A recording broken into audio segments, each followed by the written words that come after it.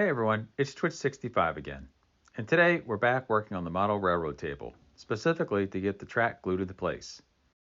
If you are using track that isn't attached to a molded roadbed, you have all types of adhesives available to you. Just make sure that the solvent-based ones don't interact with the plastic ties. In fact, you can even use railroad spikes. I'm using Kato Unitrack, and it has a roadbed attached, and it has an option for using spikes, but I'm opting for glue.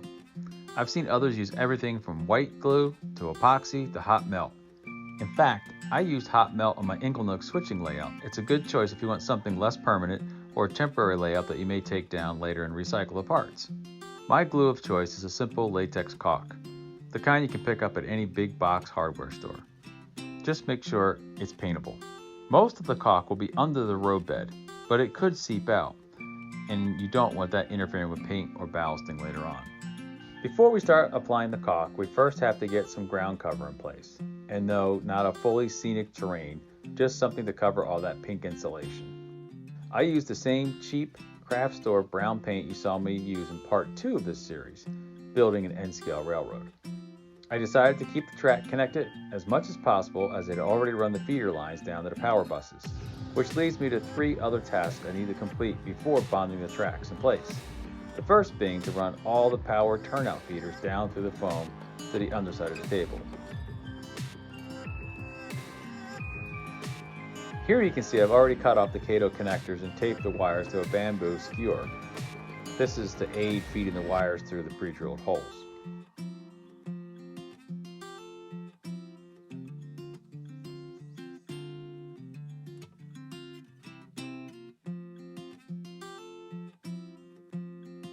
The second thing I wanted to do was isolate the main and passing sidings behind the ridge from the rest of the layout.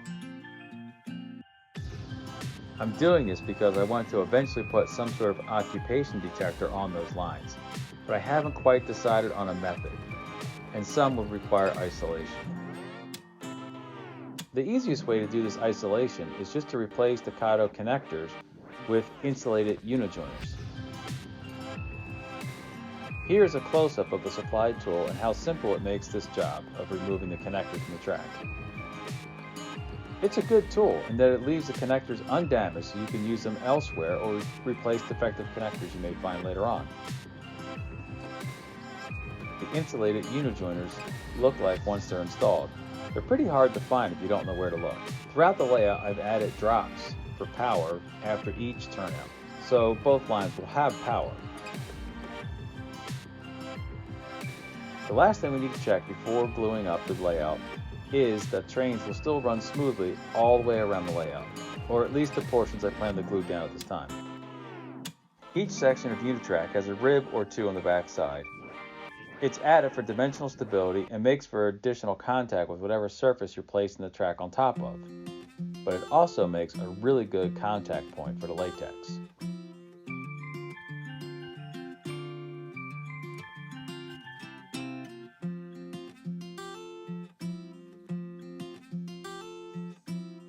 This step can be a bit messy, so wear gloves and have some damp paper towels on hand to clean up any extra latex. The latex has a longer dry and cure time than other adhesives, which makes cleanup a whole lot easier, as well as giving you time to make minor corrections to track placement. But you also need to weigh down the track so that it doesn't lift or float while the latex cures. And here's all the track laid down and some trains running smoothly.